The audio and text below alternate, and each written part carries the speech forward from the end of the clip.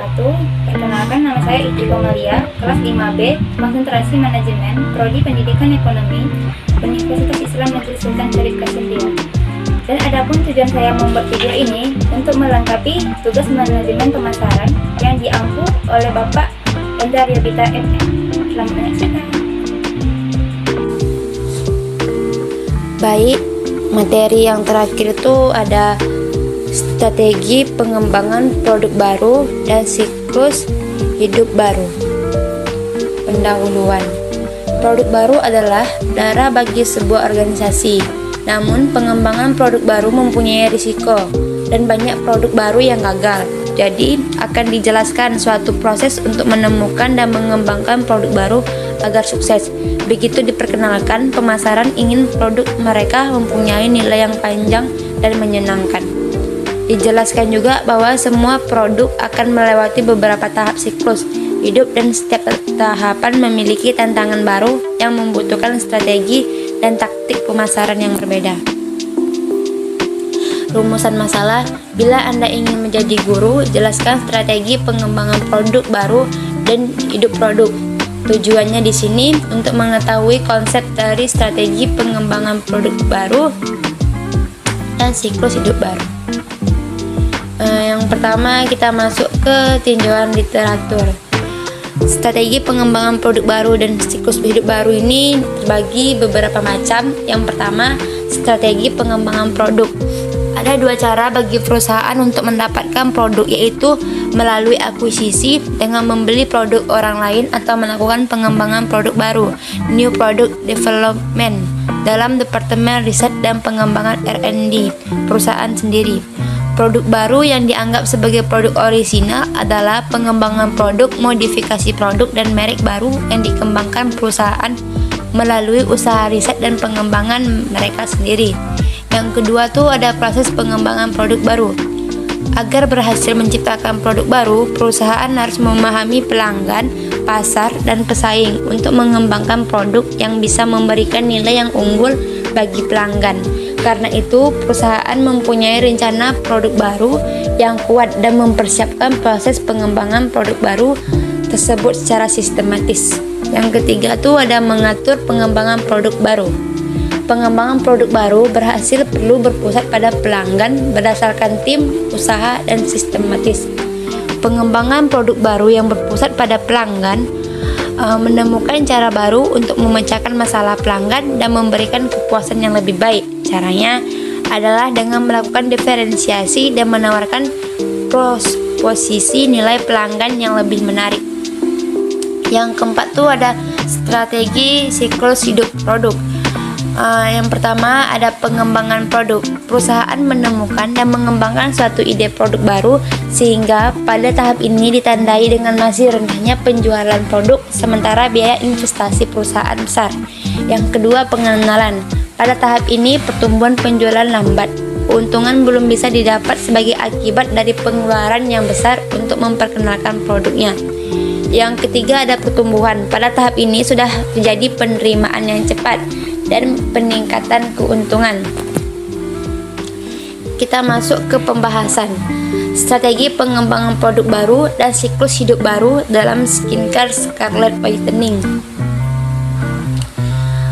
Profil produknya, Scarlett Whitening merupakan produk perawatan kecantikan lokal yang didirikan oleh Felicia Aguilista. Scarlett Whitening diproduksi oleh PT Moto Beringin Abadi yang ada di Bogor, Indonesia dan distribusikan oleh PT Opto Lumbung Sejahtera, Jakarta, Indonesia. Semua produk Scarlett Whitening telah teruji dengan klinis oleh Badan Pengawas Obat dan Makanan Republik Indonesia atau BPOM RI.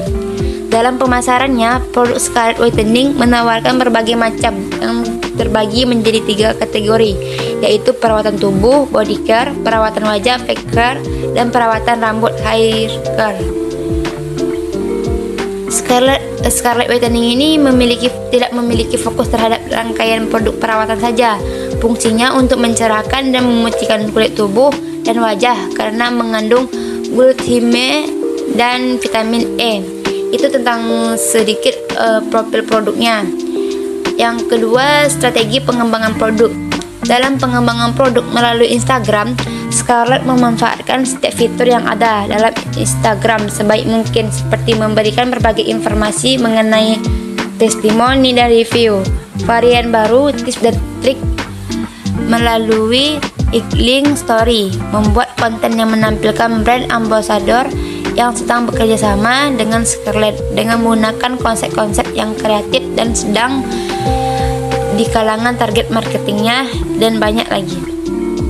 Yang ketiga tuh proses pengembangan produk. Yang pertama, penciptaan ide. Menurut Felicia Agelista selaku owner Scarlett Whitening, awal mula berdirinya Scarlett Whitening ini karena banyaknya pertanyaan mengenai produk apa yang dia gunakan untuk merawat kesehatan kulitnya. Maka dari itu, melalui Scarlett Whitening, Felicia ingin memberikan sebuah solusi bagi mereka yang ingin merawat kulitnya dan memberikan hasil kulit yang sehat, lembab, cerah, dan ternutrisi. Yang kedua, pengembangan dan pengujian produk. PT MBA dipercaya oleh Felicia Agelista selaku pemilik usaha produk perawatan kulit skincare Scarlett Whitening sebagai produsen dari brand produk tersebut, sehingga akhirnya seiring bertambahnya waktu, produk Scarlett Whitening dapat menjadi terkenal seperti sekarang.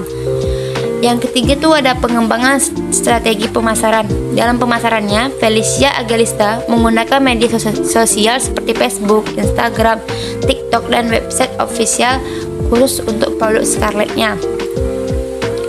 Strategi siklus hidup baru. Strategi pengenalan produk. Saat meluncurkan produk Scarlett Whitening, Felicia memberitahunya terlebih dahulu kepada orang di sekelilingnya, memberikan keseluruhan benefit apa yang akan didapat oleh konsumen saat menggunakan produknya. Terus strategi pertumbuhan produk. Produk Scarlett Whitening yang menjaga kualitas produknya melalui kemasan yang dapat melindungi produk mulai dari rantai distribusi hingga ke konsumen. Dari segi material, Scarlett Whitening biasanya menggunakan sejumlah bahan mulai dari plastik hingga material kaca. Sedangkan dari segi bentuk, Scarlett menyediakan kemasan yang bervariasi, mulai dari kemasan berbentuk jar, botol, dan tub. Selain memperhatikan materi kemasan, Scarlett Whitening juga rutin melakukan evaluasi dan update terhadap desain kemasan agar produk tetap relevan dan bisa diterima di kalangan masyarakat. Yang promotionnya Scarlett Whitening untuk lebih mengenal produknya di kalangan konsumen. Upaya yang dilakukan yaitu dengan menggunakan berbagai platform untuk dapat menembus media yang beragam, atau dengan kata lain, periklanan produk di berbagai media. Price-nya Scarlett Whitening juga merupakan strategi penetapan harga yang dapat dibilang menjadi pemimpin di harga terendah. Hebatnya, produk Scarlett Whitening yang memiliki harga terendah masih dianggap mempunyai kualitas terbaik. Terlebih dengan keunggulan strategi penetapan harga, Scarlett Whitening dapat menerapkan harga yang sama di seluruh Indonesia. Plusnya dengan menawarkan produk melalui berbagai iklan dan media sosial. Sampai di sini materi yang dapat saya sampaikan. Saya mohon maaf. Wabillahi taufiq wal hidayah. Wassalamualaikum warahmatullahi wabarakatuh.